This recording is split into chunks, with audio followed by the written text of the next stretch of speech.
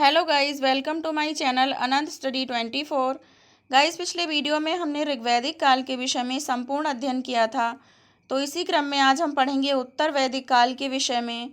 Guys, ये video सभी प्रतियोगी परीक्षाओं के लिए अत्यंत महत्वपूर्ण है, तो प्लीज़ वीडियो में अंत तक बने रहें।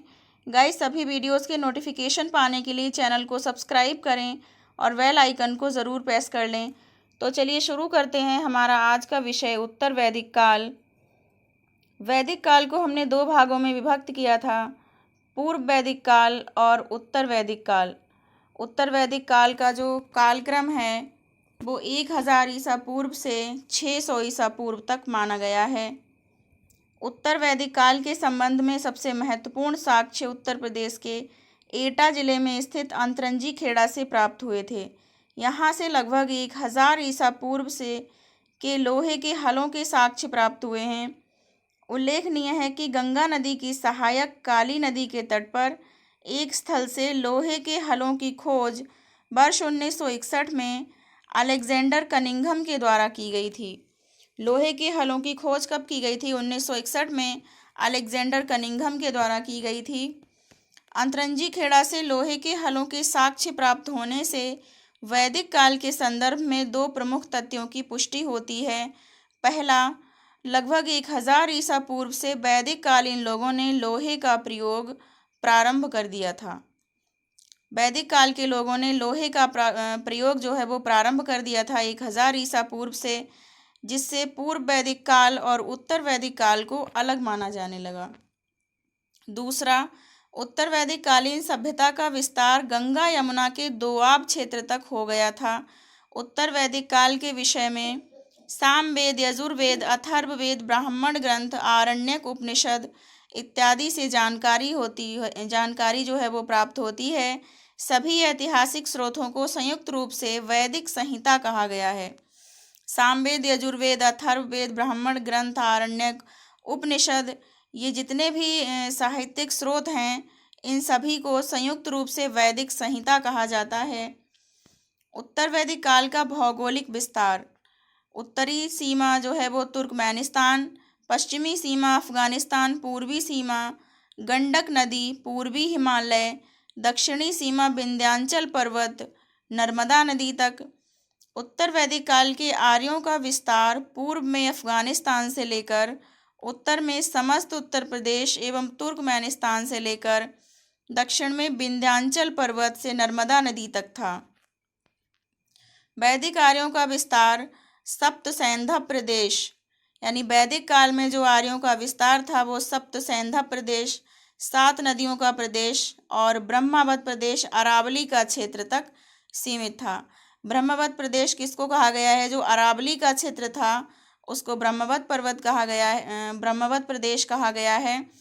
और पूर्व वैदिक काल में आर्यों का विस्तार जो था वो यहीं तक सीमित था, जबकि उत्तर वैदिक आर्यों का विस्तार ब्रह्म ऋषि प्रदेश, गंगा यमुना का दोआब क्षेत्र, गंगा यमुना का जो दोआब क्षेत्र है उसको ब्रह्म ऋषि प्रदेश कहा गया है, तथा मध्य क्षेत्र हिमाचल और विंध्याचल पर्वत तक था। और आगे चल के इनका विस्तार कहाँ तक हुआ? विंध्याचल पर्वत तक पहुँच गया था। शतपथ ब्राह्मण में मिलने वाली विदेह माधव एवं गौतम राहुगढ़ की कहानी लोहे की कुल्हाड़ी एवं आग के द्वारा जंगलों को काटकर तथा जलाकर भूमि के विकास की पुष्टि करता है। शतपथ ब्राह्मण में एक कहानी मिलती है विदेह माधव एवं गौतम राहुगढ़ की। विदेह माधव के पुरोहित थे गौतम राहुगढ़, उनकी कहानी मिलती है लोहे की कुल्हाड़ी एवं आग के द्वारा जंगलों को काट कर तथा जलाकर भूमि के विकास की पुष्टि करती है। कैसे? एक कथा के अनुसार विदेह माधव के मुख से अग्नि का निरंतर जलने वाला गोला निकलता है। विदेह माधव सरस्वती नदी के तट से पूर्व की ओर आगे बढ़ते हैं और उनके पुरोहित गौतम राहुगढ़ भी उनके पीछे चल देते हैं। विदेह माधव आगे बढ़ते हैं और उनके पुरोहित गौतम राहुगढ़ भी उनके पीछे चल देते हैं, तथा विदेह माधव के मुख से निकलने वाला आग का गोला जंगलों को जलाता जाता है। अंततः गंडक नदी में जाकर वह अग्नि बुझ जाती है। विदेह माधव के मुख से जो आग का गोला निकलता है वो रास्ते में जो भी जंगल जो भी आते हैं उनको जलाता और साफ करता हुआ चला जाता है, और अंत में वो गोला कहाँ बुझ जाता है, गंडक नदी में जाकर वो अग्नि बुझ जाती है। और इसी कहानी के आधार पर उत्तर वैदिक काल की पूर्वी सीमा का निर्धारण किया जाता है। इसके अलावा उत्तर वैदिक काल में मैनाक, कौच, त्रिकुद नामक पर्वत चोटियों का कई बार उल्लेख मिलता है जो पूर्वी हिमालय में स्थित हैं। राजनैतिक जीवन, उत्तर वैदिक काल का राजनैतिक जीवन देखेंगे हम। राजनैतिक इकाइयाँ क्या क्या थीं? कुल का मुखिया जो है वो कुलप होता था, ग्राम का मुखिया ग्रामणी होता था, विश का मुखिया विशपति होता था, और जन का मुखिया जनपति होता था। और जनपद का जो मुखिया होता था वो राजा होता था, और जो पूरे राष्ट्र का जो राजा होता था वो एक राट कहलाता था। जबकि पूर्व वैदिक काल में जो राजनीतिक इकाइयाँ थीं वो सिर्फ जन तक सीमित थीं। जन का मुखिया जनपति होता था। अब तक जनपद की अवधारणा जो है वो विकसित नहीं हुई थी, यानी जनपदों का विकास नहीं हुआ था। जनपदों का विकास उत्तर वैदिक काल में होता है, और उल्लेखनीय है कि जनपद 2 या 2 से अधिक जनों का समूह होता था, अर्थात 2 या 2 से अधिक जनों को मिलाकर एक जनपद का निर्माण होता था। राजाओं द्वारा युद्ध के माध्यम से अपने साम्राज्य का विस्तार करते हुए किसी जन को अपने क्षेत्र में शामिल कर लिया जाता था। प्रकार जनों से जनपदों का गठन हुआ। राजा का प्रमुख कार्य अब साम्राज्य का विस्तार करना था। राजा का जो प्रमुख कार्य था वो साम्राज्य का विस्तार करना था। राजा को गोपति की जगह या भूपति कहा जाने लगा था। राजा को गोपति कब कहा जाता था? पूर्व वैदिक काल में जो है वो राजा को गोपति कहा जाता था, क्योंकि राजा का जो प्रमुख कार्य था वो गौ की रक्षा करना था, यानी वो गायों का संरक्षक होता था। गायों की रक्षा करना राजा का प्रमुख कार्य माना जाता था, इसलिए राजा को गोपति कहा जाता था। लेकिन उत्तर वैदिक काल में राजा का प्रमुख कार्य जो था वो अपने साम्राज्य का विस्तार करना था, यानी भू संपत्ति को बढ़ाना था, इसलिए राजा को भूपति कहा जाने लगा। उत्तर वैदिक काल में राजा पर सभा और समिति जैसी संस्थाओं का नियंत्रण कम हो गया था, जिसका प्रमुख कारण कबीलाई ढांचे का विखंडन होना था। उत्तर वैदिक काल में राजा पर सभा और समिति जो संस्थाएं पूर्व वैदिक काल में जो संस्थाएं कार्य करती थीं, सभा और समिति जो राजा पर नियंत्रण रखती थीं, इन संस्थाओं का नियंत्रण अब कम हो गया था, जिसका प्रमुख कारण कबीलाई ढांचे का विखंडन होना था। इसके पश्चात उत्तर वैदिक काल में क्षेत्रीय राजाओं का भी उदय हुआ। ऐतरेय ब्राह्मण के अनुसार पूर्व का राजा स्वयं को सम्राट के नाम से संबोधित करता था, यानी पूर्व क्षेत्र का जो राजा होता था वो स्वयं को सम्राट नाम से संबोधित करता था। दक्षिण का राजा स्वयं के लिए भोज शब्द का प्रयोग करता था। दक्षिण दिशा का जो राजा होता था वो स्वयं को भोज शब्द का प्रयोग करना ज़्यादा पसंद करता था। पश्चिम का राजा स्वयं को स्वराट कहता था, एवं उत्तर का राजा स्वयं को विराट शब्द से संबोधित करता था। सभी क्षेत्रों को जीतने वाले राजा के लिए एक राट, सार्वभौम जैसे शब्दों का प्रयोग किया गया है। उत्तर का राजा पुरुष मेध यज्ञ करता था। उत्तर का जो राजा है वो पुरुष मेध यज्ञ करता था। पश्चिम का राजा अश्वमेध यज्ञ करता था। पूर्व का राजा वाजपेयी यज्ञ करता था, एवं मध्य क्षेत्र के राजा राजसूय यज्ञ करते थे। पूर्व वैदिक काल में राजा की सहायता के लिए सभा, समिति, विदथ गण और परिषद आदि संस्थाएं हुआ करती थीं। ये संस्थाएं पूर्व वैदिक काल में हुआ करती थीं। राजनैतिक संस्थाएं, उत्तर वैदिक काल की राजनैतिक संस्थाएं। उत्तर वैदिक काल में सभा और समिति को छोड़कर सभी राजनैतिक संस्थाएं समाप्त कर दी गई थीं, यानी पूर्व वैदिक काल में जो भी संस्थाएं बताई गई हैं, सभा, समिति, विदथ गण और परिषद आदि संस्थाएं थीं, ये उत्तर वैदिक काल में सभी संस्थाएं समाप्त कर दी गई थीं, सभा और समिति को छोड़कर। राजा की सहायता के लिए रत्निन नामक नई अवधारणा का विकास हुआ। रत्निन 12 पदाधिकारियों का समूह था जो राजा को प्रशासनिक कार्यों में सहायता करता था। रत्निन जो था वो मुख्यतः 12 अधिकारियों का एक समूह होता था जो राजा को सभी प्रशासनिक कार्यों में सहायता प्रदान करता था। कान में रत्न धारण करने के कारण इन्हें रत्निन कहा जाता था। सेनापति रत्निन में प्रमुख अधिकारी होता था। रत्निन में जो प्रमुख अधिकारी होता था वो सेनापति था। रत्निन देखते हैं, रत्निन कौन कौन से अधिकारी रत्निन में शामिल होते थे। तो पहला नंबर है सेनानी। जो सबसे मुख्य अधिकारी होता था वो सेनानी होता था। सेनानी, पुरोहित, महिषी। महिषी किसको कहते हैं? जो प्रमुख रानी हुआ करती थी, राजा की जो प्रमुख रानी होती थी उसको महिषी कहा जाता था। राजा का पुत्र युवराज, दूत राजा का सारथी, ग्रामणी ग्राम का प्रधान, रथकार रथ बनाने वाला जो राजा का रथ बनाता था, संग्रहित कर एकत्र करने वाला। संग्रहित किसको कहते हैं? जो कर एकत्र करता था। भागदूज, कोषाध्यक्ष, अक्षबाप, जुआ खेलते समय राजा को जीतने में मदद करने वाला। जब राजा जुआ खेलता था तो ये जो अधिकारी होता था वो राजा को जीतने में मदद करता था। पालागल, एक विदूषक जो राजा का मनोरंजन करता था। जो राजा को मनोरंजन करता था वो विदूषक क्या कहलाता था? पालागल। गोविकर्तन, राजा को शिकार में मदद करने वाला व्यक्ति, गोविकर्तन। तो ये राजा के 12 रत्निन हुआ करते थे। वर्ण व्यवस्था, वर्ण व्यवस्था का प्रारंभ वैदिक काल में ही हो चुका था। ऋग्वेद के 10वें मंडल में पुरुष सूक्त में पहली बार वर्ण शब्द का प्रयोग हुआ है।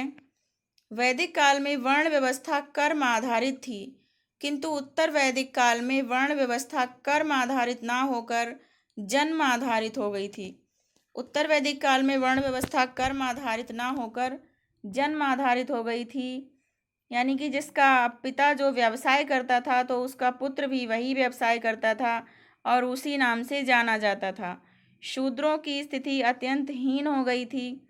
ब्राह्मण, क्षत्रिय तथा वैश्य वर्गों के संदर्भ में आपस में अंतर थे, किंतु ये अंतर शूद्र वर्ण के लिए अत्यंत कठोर थे। यानी जो शूद्र समाज के लिए जो नियम बनाए गए थे वो अत्यंत ही कठोर थे। ब्राह्मण, क्षत्रिय तथा वैश्य को ही उपनयन का अधिकार प्राप्त था, इसलिए उन्हें द्विज कहा जाता था। द्विज का तात्पर्य 2 बार जन्म लेने से है, एक बार माता के गर्भ से तथा दोबारा उपनयन संस्कार के बाद पुनर्जन्म माना जाता था। ब्राह्मण का उपनयन 8 वर्ष में, क्षत्रिय का उपनयन 11 वर्ष में तथा वैश्य का उपनयन 12 वर्ष की आयु में होता था। महिलाओं की स्थिति, उत्तर वैदिक काल में महिलाओं की स्थिति क्या थी? ऐतरेय ब्राह्मण में स्त्री को समस्त दुखों का कारण बताया गया है। ऐतरेय ब्राह्मण में जो स्त्री को समस्त दुखों का कारण बताया गया है, जबकि पुरुष को समस्त दुखों का निवारण कहा गया है। यानी स्त्री जो है वो समस्त दुखों का कारण है और पुरुष जो है वो समस्त दुखों को निवारण करने वाला कहा गया है। मैत्रायणी संहिता में स्त्री को शराब, जुआ और विष के समान बुराई बताया गया है। यानी सर्वाधिक गिरी हुई स्थिति जो महिलाओं की थी वो उत्तर वैदिक काल में थी। मैत्रायणी संहिता में स्त्री को शराब, जुआ और विष के समान बुराई बताया गया है। इस प्रकार कहा जा सकता है उत्तर वैदिक काल में महिलाओं की स्थिति अच्छी नहीं थी। छांदोग्य उपनिषद में राजा जनक के दरबार में गार्गी और ऋषि याज्ञवल्क्य के संवाद का उल्लेख मिलता है। गार्गी और ऋषि याज्ञवल्क्य के संवाद का उल्लेख कहाँ मिलता है? तो ये छांदोग्य उपनिषद में मिलता है। इस धार्मिक संवाद में जब गार्गी याज्ञवल्क्य ऋषि को पराजित करने लगती है तो ऋषि याज्ञवल्क्य क्रोधित होकर गार्गी का सिर तोड़ने की बात कहते हैं। ऋषि याज्ञवल्क्य क्रोधित हो जाते हैं, एक स्त्री से पराजित होना उनको स्वीकार नहीं होता है और वो बहुत क्रोधित हो जाते हैं और गार्गी का सिर तोड़ने की बात कहते हैं। इस संवाद से स्पष्ट होता है कि इस काल में महिलाओं को विदुषी बनने का अधिकार था, लेकिन इनकी कुछ सीमाएं थीं। पूर्व वैदिक काल में कन्या के विवाह के समय दिया जाने वाला उपहार बहुत ने अब परंपरा का रूप धारण कर लिया था।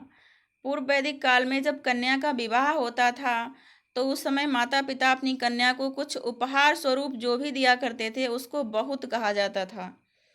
यही बहुत आगे चलकर दहेज जैसी कुप्रथा बन जाता है। उस समय जो उपहार स्वरूप दिया जाता था उत्तर वैदिक काल में, ये एक प्रथा बन चुका था। ये अनिवार्य हो गया था कि कन्या के विवाह में बहुत जो है वो देना ही देना है। यही बहुत आगे चलकर दहेज जैसी कुप्रथा बन जाता है। पूर्व वैदिक काल में स्त्री को अपनी इच्छा से विवाह करने का अधिकार था, किंतु उत्तर वैदिक काल में यह अधिकार केवल उच्च कुलों या राजा के परिवार तक ही सीमित था। विवाह के 8 प्रकार बताए गए हैं। शतपथ ब्राह्मण में स्त्री को अर्धांगिनी के रूप में स्वीकार किया गया है। शतपथ ब्राह्मण में स्त्री को अर्धांगिनी के रूप में स्वीकार किया गया है। इससे स्पष्ट होता है कि महिलाओं की स्थिति में गिरावट तुलनात्मक रूप से थी। उत्तर वैदिक काल में गार्गी, मैत्रेयी, वेदवती, शुभला, कात्यायनी, काशकृत्यनी इत्यादि विदुषी महिलाओं का उल्लेख मिलता है। कृषि। उत्तर वैदिक काल में कृषि अर्थव्यवस्था के प्रमुख केंद्र के रूप में स्थापित हो चुकी थी। उत्तर वैदिक काल में कृषि अर्थव्यवस्था के प्रमुख केंद्र के रूप में स्थापित हो चुकी थी। जनपदों का विकास होने के साथ ही कबीलाई समाज समाप्त होने लगा था। लोग स्थायी निवास करने लगे तथा कृषि एवं भूभाग बढ़ने लगा। साथ ही उत्तर वैदिक काल में लोहे का प्रयोग भी प्रारंभ हो गया था, जिससे जुताई में सहायता हुई। तैत्तिरीय उपनिषद में अन्न ही ब्रह्म का उल्लेख मिलता है, जो तत्कालीन समाज में कृषि के बढ़ते महत्व को इंगित करता है। उस समय का जो समाज था वो कृषि प्रधान समाज हो चुका था। राजा जनक द्वारा हल पकड़कर कृषि करने का उल्लेख मिलता है। उस समय कितने सम्मान की बात रही होगी, जब राजा स्वयं हल पकड़कर कृषि करता है तो कृषि कितना सम्मानजनक व्यवसाय होगा।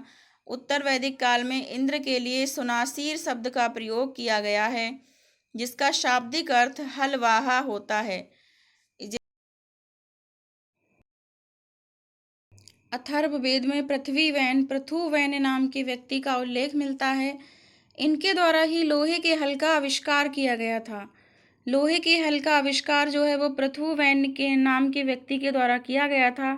अथर्ववेद में नहरों की चर्चा मिलती है, जिसे कुल्या कहा गया है। वाजसनेयी संहिता में 4, 6, 8, 12, 24 बैलों के द्वारा हल जोतने के प्रमाण मिलते हैं। शतपथ ब्राह्मण में 4 प्रमुख शब्दों का वर्णन मिलता है। जुताई के लिए वपंत शब्द का प्रयोग किया गया है। जुताई के लिए वपंत, बुवाई के लिए कृषंत, कटाई के लिए लुनंत और मढ़ाई के लिए मृणंत शब्द का वर्णन मिलता है। तो ये शब्द जो है इम्पॉर्टेंट है, इनको याद रखना है। वपंत, कृषंत, लुनंत और मृणंत शब्दों का वर्णन मिलता है। उत्तर वैदिक काल में गेहूँ, गोधूम, चावल, ब्रीही, धान, शाली, सरसों, शारीशाका, जौ, यव, जंगली गन्ना, मूंग, उड़द, माशक का उल्लेख मिलता है। उत्तर प्रदेश के एटा में अतरंजी खेड़ा से गेहूं, चावल और जौ के साक्ष्य मिले हैं। मेरठ के हस्तिनापुर से चावल और गन्ने के साक्ष्य मिले हैं। उत्तर वैदिक काल में 2 प्रकार की फसलें थीं। 2 प्रकार की जो फसलें थीं वो अलग अलग उनको कैटेगरी में रखा गया था। कृष्टि पच्च्या, ऐसी फसलें जो खेत में जुताई के बाद प्राप्त होती हैं। कृष्टि पच्च्या ऐसी फसलों को कहा जाता था जो जुताई करने के बाद जिनकी बुआई की जाती थी और वो कृत्रिम तरीके से प्राप्त की जाती थी। अकृष्टि पच्च्या ऐसी फसलें जो प्राकृतिक रूप से जंगलों से प्राप्त होती थीं। व्यवसाय। उत्तर वैदिक काल में वर्ण व्यवस्था के जन्म आधारित होने के कारण व्यवसायों को आनुवांशिकता प्रदान करना आरंभ हो गया था। उत्तर वैदिक काल में क्या था, वर्ण व्यवस्था जो थी वो जन्म आधारित हो गई थी। इसी कारण व्यवसाय जो थे व्यवसाय भी आनुवांशिक हो गए थे। कटरीकार, बुनाई करने वाला व्यक्ति, विदलकार, टोकरी बनाने वाला, कुलाल, कुंभकार, रजयत्री, रंगाई करने वाला, रज्जू सर्प, रस्सी बनाने वाला, चर्मकार, चमड़ा का कार्य करने वाला। व्यवसायों का जो आनुवांशिक होना क्या था, जैसे कि बुनाई करने वाले व्यक्ति का जो बेटा था वो भी बुनाई करने वाला ही होगा। कटरीकार का बेटा जो है वो कटरीकार ही कहलाएगा। रजयत्री का बेटा जो है वो रजयत्री कहलाएगा। इस प्रकार व्यवसाय जो है वो आनुवांशिक हो गए थे।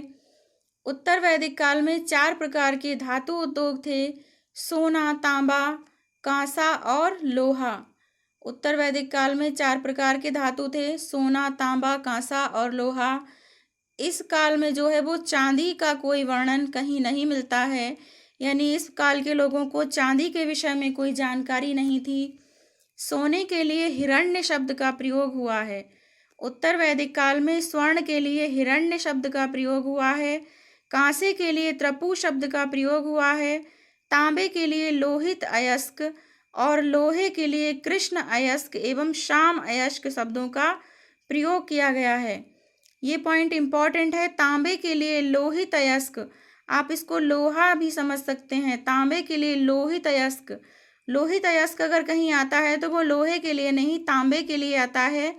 और लोहे के लिए कृष्ण अयस्क और श्याम अयस्क जैसे शब्दों का प्रयोग मिलता है। तैत्तिरीय संहिता में कुसीद तथा शतपथ ब्राह्मण में कुसीदन शब्दों का उल्लेख मिलता है। तैत्तिरीय संहिता में कुसीद और शतपथ ब्राह्मण में कुसीदन शब्दों का उपयोग मिलता है, जिनका संबंध रण से लिया जाता है। कुसीद का अर्थ रण तथा कुसीदन का अर्थ रण देने वाला व्यक्ति। उत्तर वैदिक काल में भी मुद्रा का प्रचलन नहीं हुआ था। विनिमय का माध्यम जो था वो वस्तु विनिमय प्रणाली थी। धार्मिक जीवन देखते हैं। उत्तर वैदिक काल के धार्मिक जीवन के विषय में पूर्व वैदिक काल के लोगों के जीवन का जो मुख्य उद्देश्य था वो लौकिक था, जबकि उत्तर वैदिक काल के लोगों के जीवन का उद्देश्य पारलौकिक था। यज्ञ आदि साम्राज्य विस्तार, आर्थिक सुख सुविधाएं प्राप्त करने के लिए किए जाते थे। पूर्व वैदिक काल में जो यज्ञ जो थे वो आर्थिक सुख सुविधाएं प्राप्त करने के लिए किए जाते थे, किंतु उत्तर वैदिक काल में बड़े एवं खर्चीले यज्ञ होने लगे।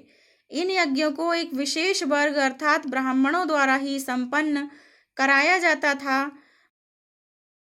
ब्राह्मणों को यज्ञ कराने के प्रतिफल में गाय, घोड़ा, सोना, अनाज तथा दासियों की भेंट दी जाती थी। उदाहरण, राजसूय यज्ञ करवाने पर लगभग 2 लाख गाय ब्राह्मणों को दान दी जाती थी। जब भी कोई राजा राजसूय यज्ञ करवाता था तो वो ब्राह्मणों को 2 लाख गायें देने की अपेक्षा रखता था। पूर्व वैदिक काल में सामूहिक और बड़े यज्ञ जैसी संकल्पना नहीं थी। पूर्व वैदिक काल में यज्ञ जो है वो साधारण तरीके से होते थे, जबकि उत्तर वैदिक काल में बड़े बड़े सामूहिक यज्ञों को संपन्न कराया जाता था। राजाओं द्वारा अश्वमेध राजसूय यज्ञ करवाए जाते थे। यज्ञ में बलि प्रथा का प्रचलन था। यज्ञ की अनिवार्यता हो गई थी। प्रत्येक व्यक्ति के लिए यज्ञ अनिवार्य थे, यानी समाज में प्रत्येक व्यक्ति के लिए यज्ञ में सम्मिलित होना और दान करना अनिवार्य था। शूद्र वर्ग के लिए यज्ञ प्रतिबंधित थे। शूद्र वर्ग के लोग जो थे वो यज्ञ नहीं कर सकते थे। उत्तर वैदिक काल के प्रमुख देवता। उत्तर वैदिक काल में किन किन देवताओं को माना जाता था? पूर्व वैदिक काल में प्रमुख देवता इंद्र, अग्नि तथा वरुण थे, जबकि उत्तर वैदिक काल में प्रजापति, विष्णु तथा रुद्र प्रमुख देवता थे। उत्तर वैदिक काल में इंद्र को सांपों का देवता, राक्षसों का देवता तथा घर लूटने वाला देवता के रूप में संबोधित किया जाने लगा था। पूर्व वैदिक काल में वरुण नैतिक नियमों के देवता थे, जबकि उत्तर वैदिक काल में वरुण जल के देवता के रूप में स्थापित हो चुके थे। अश्विन स्वास्थ्य के देवता के स्थान पर कृषि के देवता माने जाते थे। इन्हें चूहा हंता भी कहा गया है। सविता को नए घर के निर्माण तथा पोषण को शूद्रों के देवता के रूप में स्वीकार किया गया। इसके साथ ही उत्तर वैदिक काल में कुछ नए देवताओं की संकल्पना का विकास हुआ, जैसे यम, कुबेर, अश्विनी, गंधर्व इत्यादि। इन देवताओं के नामों की चर्चा जो है वो प्रथम बार उत्तर वैदिक काल के ग्रंथों में ही मिलती है।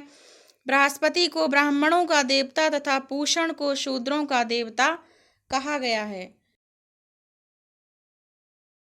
सिद्धांतों का उदय। उत्तर वैदिक काल में कुछ नए सिद्धांत भी विकसित होते हैं, जैसे ब्रह्मलोक की संकल्पना। ब्रह्मलोक की संकल्पना, नरक शब्द का पहली बार प्रयोग, पुनर्जन्म तथा मोक्ष, उपनिषदों के माध्यम से आत्मा परमात्मा का वर्णन आदि। उपनिषदों के माध्यम से आत्मा और परमात्मा का वर्णन, ये ऐसी संकल्पनाएं हैं, ऐसे सिद्धांत हैं जो उत्तर वैदिक काल से ही विकसित होते हैं।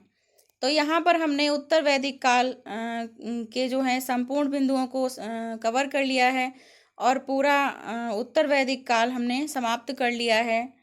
तो अगली वीडियो में हम पढ़ेंगे महाजनपद के विषय में, महाजनपद काल के विषय में। Thanks for watching.